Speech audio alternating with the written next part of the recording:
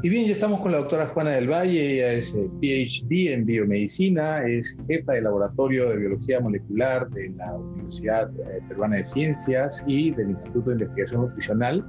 Nos vamos a robarle unos minutitos de su tiempo para que nos explique un poquito con un poco más de detalle qué cosa es la variante brasileña, cuál es la diferencia con las otras variantes, qué cosa es lo que podría pasarnos en la población, que de hecho ya nos está pasando en esta segunda etapa de la pandemia. Doctora del Valle, qué gusto verla. Muchísimas gracias por acompañarme en el programa el día de hoy. Y arranco con la primera pregunta de cajón, ¿no?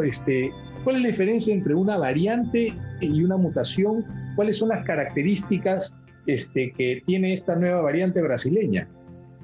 Buenos días, doctor Recoba. Muchas gracias por la invitación. Bueno, lo que tenemos que explicar es que los virus tienden a mutar rápidamente y constantemente están en sucesivas mutaciones.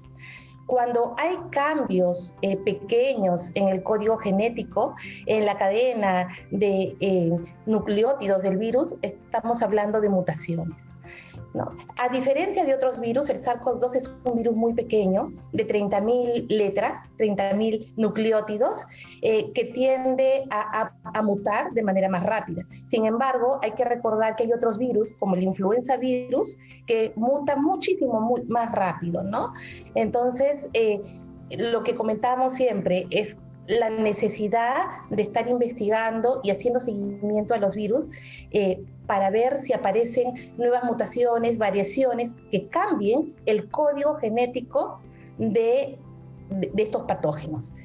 En el caso del SARS-CoV-2, es un virus pequeño que está mutando rápido para ingresar a la célula huésped. Sin embargo, se ha visto que estas mutaciones se localizan en una región específica, es en la proteína espiga, que es la proteína de anclaje a la célula huésped. El virus, cada vez que va infectando, se reproduce de manera rápida y va insertando errores en su secuencia, mutaciones. Hay mutaciones que pasan desapercibidas, ¿no? Porque constantemente está mutando, pasan desapercibidas, y otras que sí son significativas. ¿Qué mutaciones son significativas? Las que al suceder un cambio de estas bases, una mutación puntual, hace que se cambie uno de los aminoácidos de la proteína espiga, ¿no? Por un lado. ¿Por qué son importantes estar vigilando estas variantes? Porque hay cambios que hacen que el virus se una con mayor fuerza al receptor, a la célula huésped.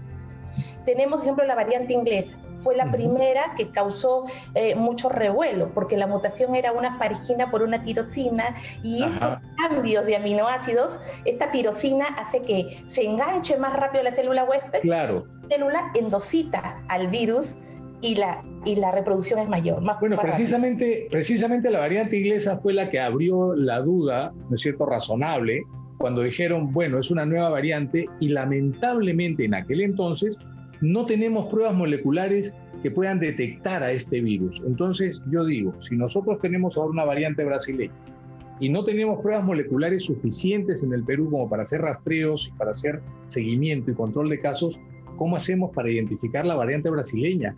¿Podemos utilizar las pruebas moleculares? ¿Existen pruebas? ¿Podríamos crear más pruebas? ¿Cómo lo diagnosticamos? ¿Cómo la pesquisamos?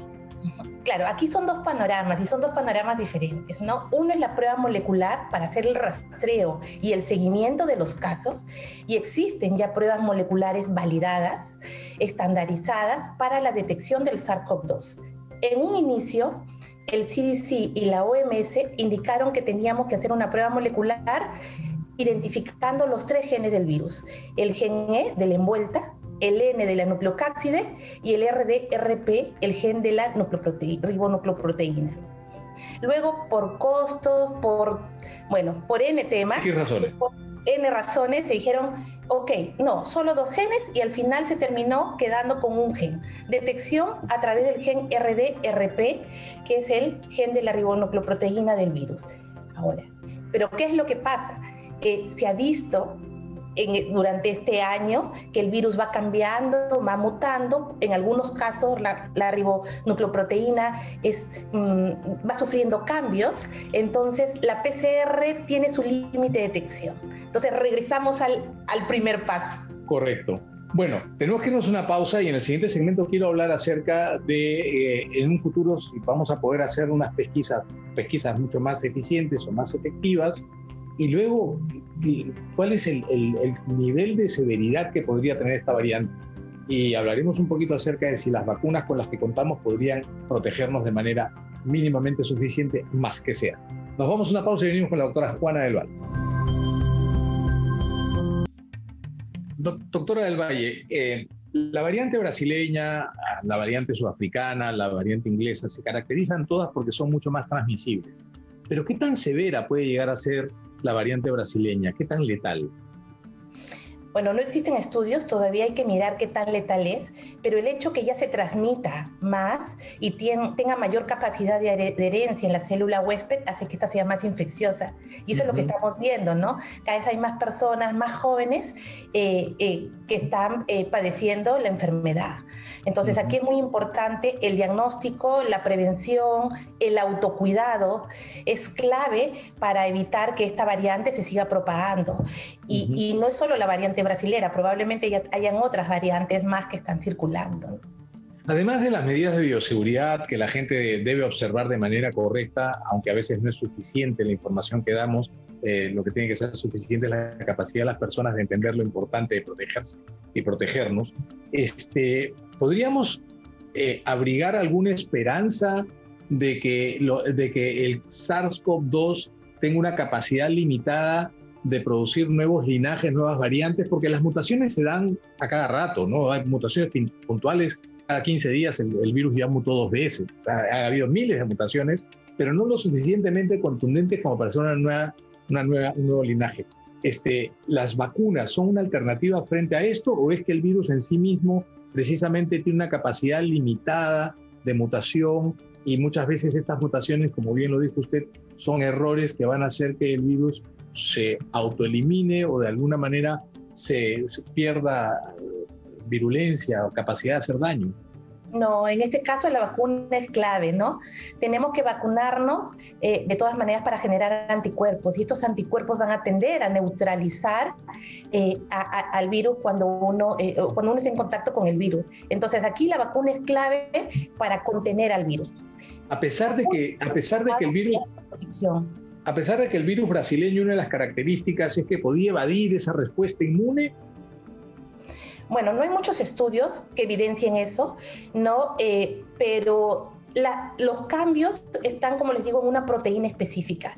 La ventaja de las vacunas de ARN, por ahora las de ARN mensajero, es que se pueden fabricar de manera muy rápida, ¿no? Y los investigadores que desarrollan estas vacunas pueden hacer estos cambios, insertar estos cambios, y en 2-3 meses tenemos una vacuna mejorada frente a esta variante. Específica para la variante. Específica para esta variante. Pero en términos generales, independientemente de las 4 variantes que hay, las vacunas sí han demostrado que protegen de manera suficiente frente a, sobre todo, a la mortalidad, ¿no? Sí, ejemplo, incluso las vacunas de virus atenuado, ¿no? La que está circulando, la de Sinopharm, o sea, protege de todas maneras, porque los cambios, como les digo, son en nucleótidos puntuales, específicos, están cambiando aminoácidos, pero no está cambiando la conformación de la proteína a un encaje. O sea, el virus, la vacuna está dirigida, la de virus atenuado dirigida contra todo el virus, entonces, de todas maneras protege a la población. Y aquí la clave es vacunarse, ¿no? Evitar la propagación del virus. Creo que una de las variantes menos entendidas o menos estudiadas es la brasileña, ¿no?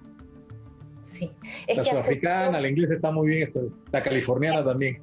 Exacto, es que ha surgido muy rápido y tenemos que entender que Europa, sus laboratorios de biología molecular tienen otra tecnología, están secuenciando constantemente, ¿no? El Reino Unido ha invertido muchísimo en secuenciación de SARS-CoV-2, entonces muestra que se secuencia. Claro, las decisiones políticas en los países bien establecidos, normalmente establecidos, favorecen el desarrollo de la ciencia y la tecnología. Eso no nos está pasando y ojalá nos pase algún día. ¿Podríamos fabricar nosotros nuestras propias pruebas moleculares específicamente contra variantes o linajes del virus? ¿Podríamos tener pruebas moleculares in-house? Sí. Recordemos que siempre se recomiendan las pruebas IBD, ¿no? Pruebas que ya están validadas y estandarizadas. como un primer screening, un screening de apoyo, podríamos tener plataformas in-house, pruebas in-house. El CDC ha liberado los primers. Siempre los limitantes es desde el hisopo para la toma de muestra, las enzimas, pero en Perú tenemos la tecnología, tenemos investigadores que producen enzimas a pequeña escala, ¿no? Y esto se puede llevar a hacer a más escala. O sea, yo creo que vamos por ese camino, vamos por el camino del conocimiento, y esta pandemia ha hecho que se tome más en cuenta la ciencia, ¿no? Sobre todo en salud, todo el tema de vigilancia, pero yo creo que a la larga nosotros tenemos que apostar por eso. Recuerden, como un primer screening, pero para saber estudios y variantes hay que secuenciar al virus. ¿Cómo no? A eso.